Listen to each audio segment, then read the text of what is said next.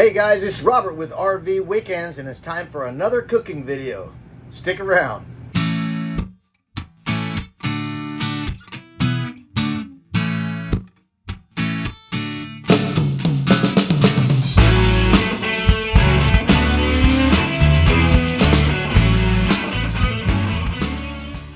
Alright, I'm not much of a soup eater, but I found some soup that I really like, but I usually only get it when it's buy one get one free, and it's Campbell's Soup.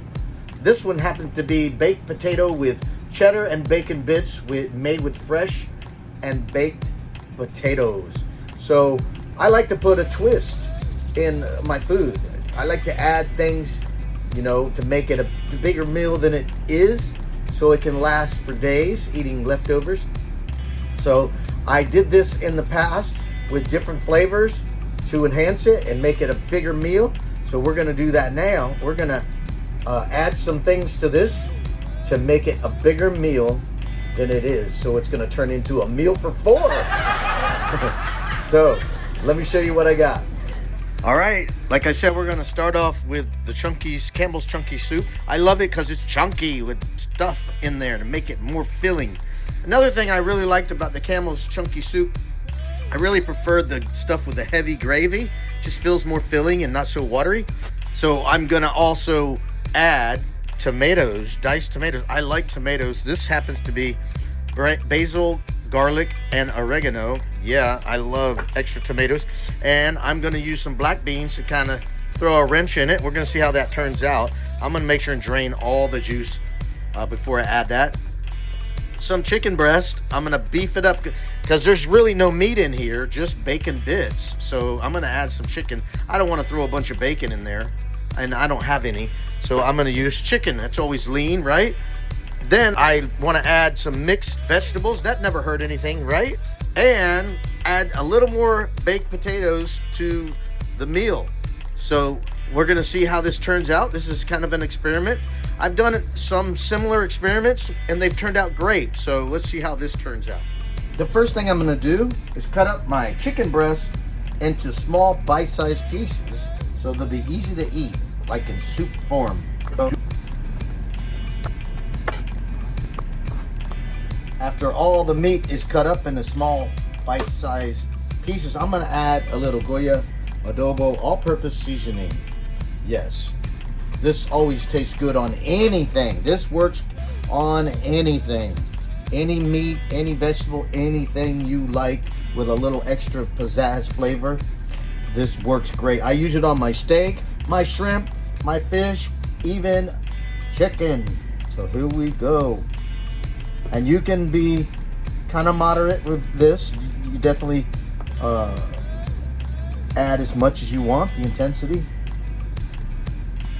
But I certainly don't go light on this. There's a lot of meat in here, and we have a lot of other flavors that are going to be mixed together, so could get lost. So I want to season it pretty good here. And I'm not trying to stick with the bacon flavor, obviously, because I'm adding chicken. So there we go. So move on to the next step.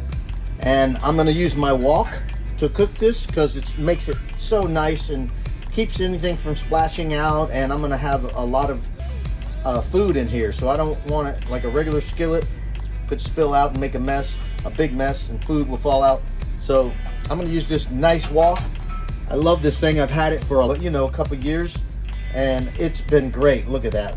It's seasoned really well. Just keep oil in it. Season it with your olive oil, whatever oil, and it stays nice.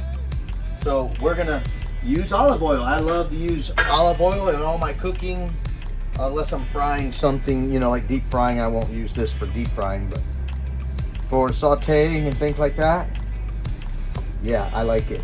And depends on how much flavor you want to stay in here with the oil you want to add.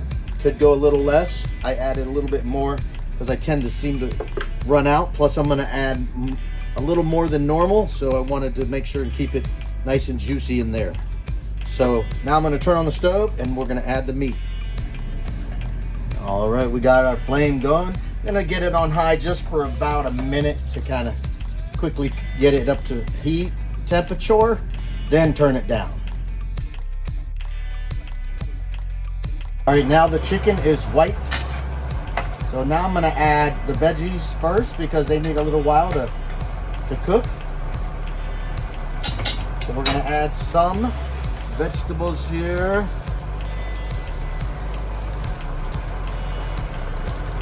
I would say that's probably 2 cups maybe.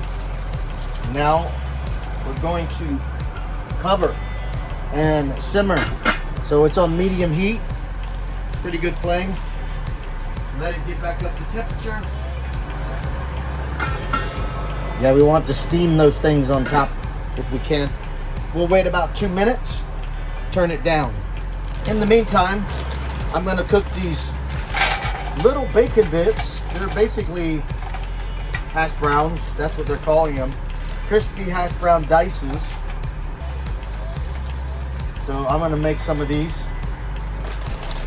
They say to put it on the skillet. It doesn't make sense to me, but they say to put it on the skillet. Oh, it's hash brown, that's why. Yeah, they want me to do this on the skillet, but I'm gonna bake it because this is baked potatoes, baked potato meal, so I'm gonna bake this. So I'm turning my toaster oven on to 375 for 10 minutes.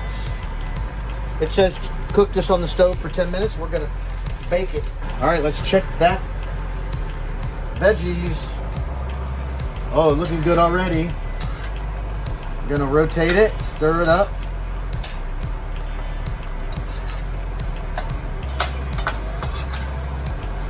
And as you can see, we're doing really good here.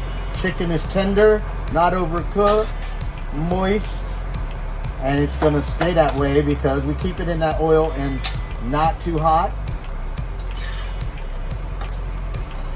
And we're gonna simmer it more. Covered and simmer, and we're gonna wait for the toaster oven to get up to temperature. It's preheating to 375. Then we're gonna put these in there and cook them. Keep it rolling. Now I'm gonna add the black beans. I drained it. I let it drain the whole time, just draining all that. That juice is great for a dish that you want that in, you know, but I don't want it in this dish. So like a different Mexican style dish, Puerto Rican, Latin style, you would leave it in. You'd leave that juice in there. But for this one, I don't want to change the flavor that much because I'm got a different flavor in mind. That's the baked potato.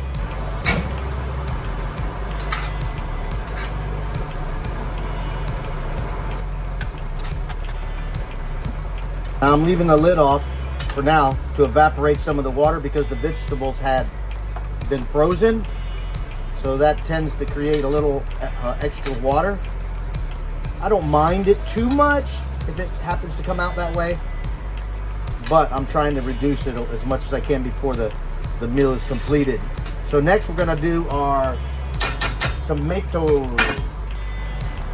Now I drained the tomatoes a little bit, not all of it, but I did drain the major part of the juice, but not that much. So remember, basil, garlic, and oregano. So basically we're just staying warm now. I can turn down the heat. Just evaporating the water. And we'll see how this tastes. It's an experiment. We still have one ingredient left. Can you tell me what it is? What's the last ingredient? You can't tell me because I can't hear you. But you can guess. The last ingredient. What am I missing? One more thing. No, 2 more things. My bad. 2 more things. Man, what a load of food here. It's like a gumbo. We're gonna get the main ingredient, baked potato Campbell's chunky soup. Here we go. And the potatoes are still baking. Yeah, see, that's what I like about the chunky brand there. Usually it's really hearty. Not all of them. Chicken soup's a little watery, but that's normal for chicken soup, right? But I love this stuff here. Look at that. Gravy. Yeah. And I usually don't have soup. Only time I really have soup if I'm doing a grilled cheese. Man, I love me some soup with some grilled cheese. But I still like the soup to be not so watery, but chunky and thick gravy. Yeah, baby. There we go. All right, we're gonna mix this in. You can see why I wanted to get some of that water out, because now I'm diluting the chicken soup or the baked potato flavor out of it. But that's why I seasoned the chicken, to add some flavor back in. So, hey, I'll give you my honest opinion of how it tastes. If it tastes bad, I'll tell you. Yeah, hopefully I can evaporate some of that liquid a little bit more. Keep it going, keep it going. All right, we got a minute to go with the potatoes, but I'm not gonna lie, it looks like vomit. Hopefully it tastes better than vomit. My gulai. Here we go. I just added the potatoes and I turned off the heat. Ready to serve.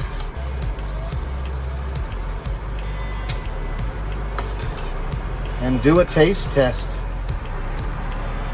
So, let's see how the goulash tastes. All right, it's the moment of truth. Let's see what it tastes like. It's still hot, but let's try.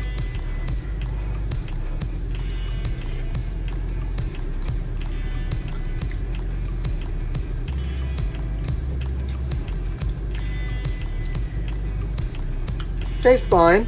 Not bad. Not over the top great.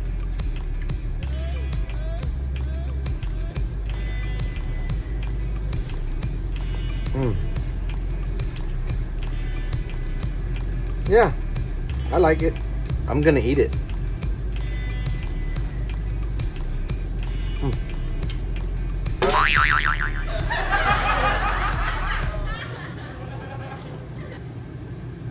Would I do it again? Yeah, I would. I would. It's good. Probably a little less olive oil,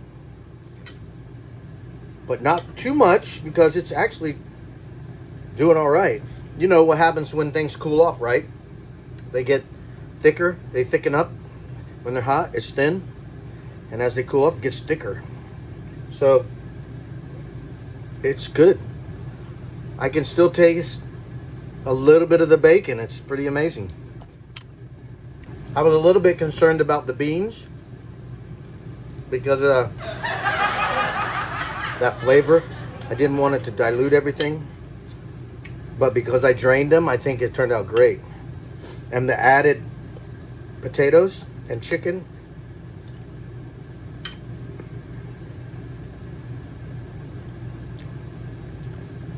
I think could add some more salt and pepper, maybe. Not much, but maybe a little bit pepper. Very light on the salt, but you can do without it. It's fine without the salt. But if I was just gonna say add a little more flavor to it, it's not watered down. It just, I can taste where if I threw some pepper on there, it'd make my nose run, right?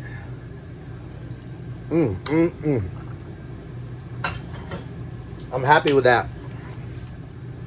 I hope you enjoyed this video. If you did, hit a like and subscribe to the channel if you haven't already, because I have a whole playlist of RV cooking.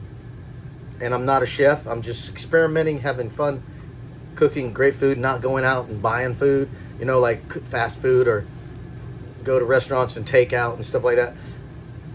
Although it's not a bad thing, it's just I don't want to spend the money. Plus, it's comfortable to be here in my own place, enjoying cooking and food, other than I got to wash the dishes.